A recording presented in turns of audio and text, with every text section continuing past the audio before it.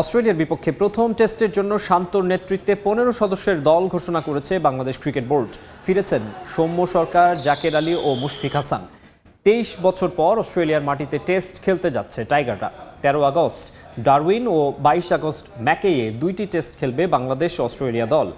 নাহিদ রানা, লিটন দাস ও শরীফুল ইসলামের মতো গুরুত্বপূর্ণ ক্রিকেটারের ইনজুরিতে এই মেগা সিরিজের আগে বেশ বিপাকে পড়েছিল টিম ম্যানেজমেন্ট।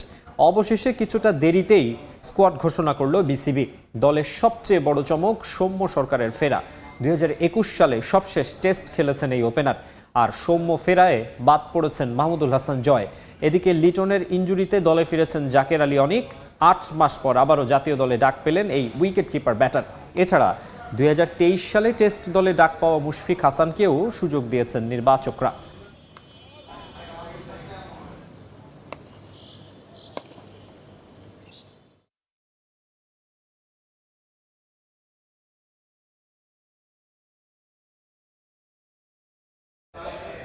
অস্ট্রেলিয়া সিরিজের জন্য বাংলাদেশ স্কোয়াড নির্বাচন নিয়ে বিসিবিতে কথা বলেছেন প্রধান নির্বাচক হাবিবুল বাশার সুমন, আর সেখানে ছিলেন রিপোর্টার সাব্বির মিথুন। বিস্তারিত জানতে সরাসরি চলে যাচ্ছি তার কাছে। সাব্বির, আপনারা যেমনটা জানেন, দীর্ঘ ২৩ বছর পরে যে ঐতিহাসিক অস্ট্রেলিয়া সফরে বাংলাদেশ যাবে তার কিন্তু আনুষ্ঠানিক যে প্রস্তুতি তা কিন্তু আজকে শুরু হয়েছে। কিছুক্ষণ আগে প্রধান নির্বাচক সহ নির্বাচক প্যানেল সংবাদ সম্মেলন করেছে। সেখানে এই যে স্কোয়াডের পেছনে যে ব্যাখ্যাটা রয়েছে, কেন প্লেয়ারদের ইনজুরিটা দলকে ভোগাবে বা সব মিলিয়ে যে বর্তমান টাইগারদের অবস্থা তা নিয়ে তারা ব্যাখ্যা দিয়েছেন। এবং এরপরে আসলে দেখতে পারবেন বর্তমানে হোম আপ ক্রিকেটে স্কিল ট্রেনিং শুরু করেছেন স্কোয়াডে থাকা ক্রিকেটাররা। এদিন স্কোয়াডে থাকা প্রায় সব ক্রিকেটার এখানে উপস্থিত হয়েছেন যারা আসলে প্রথম টেস্টটা খেলতে যাবেন। এবং এর মধ্যে আসলে বেশ কিছু নাম রয়েছে যেটা আসলে ইনজুরির কারণে নির্বাচকদের বাধ্য করেছে অন্তর্ভুক্ত করতে। যেমন সৌম্য সরকারের একটা প্রত্যাবর্তন আমরা দেখতে যাচ্ছি সাদা পোশাকে। এবং এছাড়াও জাকির আলী অনেক, যে কিনা বাজে ফর্মের কারণে ছিটকে গিয়েছিলেন, সেই জাকির আলী অনেকেও কিন্তু একটা সময় বিরতি পরে আবারও স্কোয়াডে জায়গা পেয়েছেন। এবং ধারণা করা হচ্ছে প্রথম টেস্টে জাকির আলী অনেক অবধারিতভাবেই আসলে একাদশের সুযোগ পাবেন।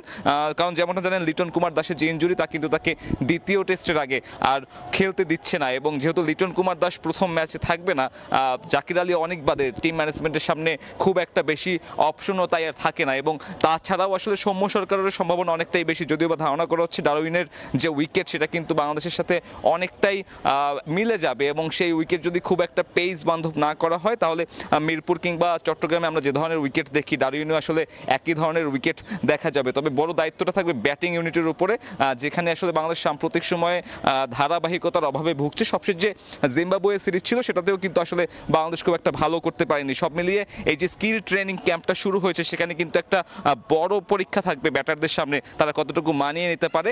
এরপরে ৩১ তারিখ রাতে যখন তারা উড়াল দেবে অস্ট্রেলিয়ার উদ্দেশ্যে, সেখানে গিয়েও কিন্তু একটা প্রস্তুতির সময় পাওয়া যাবে। এবং ৬ তারিখে যে প্রস্তুতি ম্যাচ রয়েছে, একমাত্র প্রস্তুতি ম্যাচ, সেই প্রস্তুতি ম্যাচেও কিন্তু টিম ম্যানেজমেন্ট বাজিয়ে দেখতে পারবে। এবং যেমনটা হাবিবুল বাশার প্রধান নির্বাচক যিনি বলছিলেন আর কি সংবাদ সম্মেলনে, যে বাংলাদেশ দলের উচিত হবে অস্ট্রেলিয়ার বিরুদ্ধে আক্রমণাত্মক ক্রিকেটটা খেলা, নিজেদের মনোভাবটা আক্রমণাত্মক রাখা। এবং সাম্প্রতিক সময় অস্ট্রেলিয়া যেভাবে ক্রিকেটটা খেলছে তাতে কিন্তু আসলে বাংলাদেশের সামনে খুব একটা বেশি সুযোগ নেই।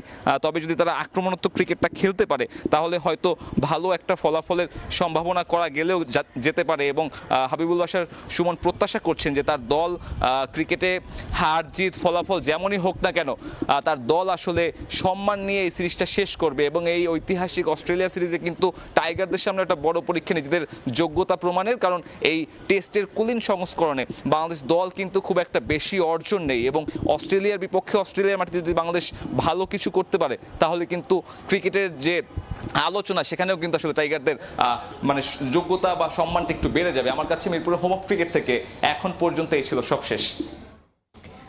অস্ট্রেলিয়া সফরের জন্য বাংলাদেশের স্কোয়াড এবং দলের প্রস্তুতির বিষয় জানাতে আমাদের সঙ্গে মিরপুর স্টেডিয়াম থেকে যুক্ত হয়েছিলেন সাব্বির মিথুন।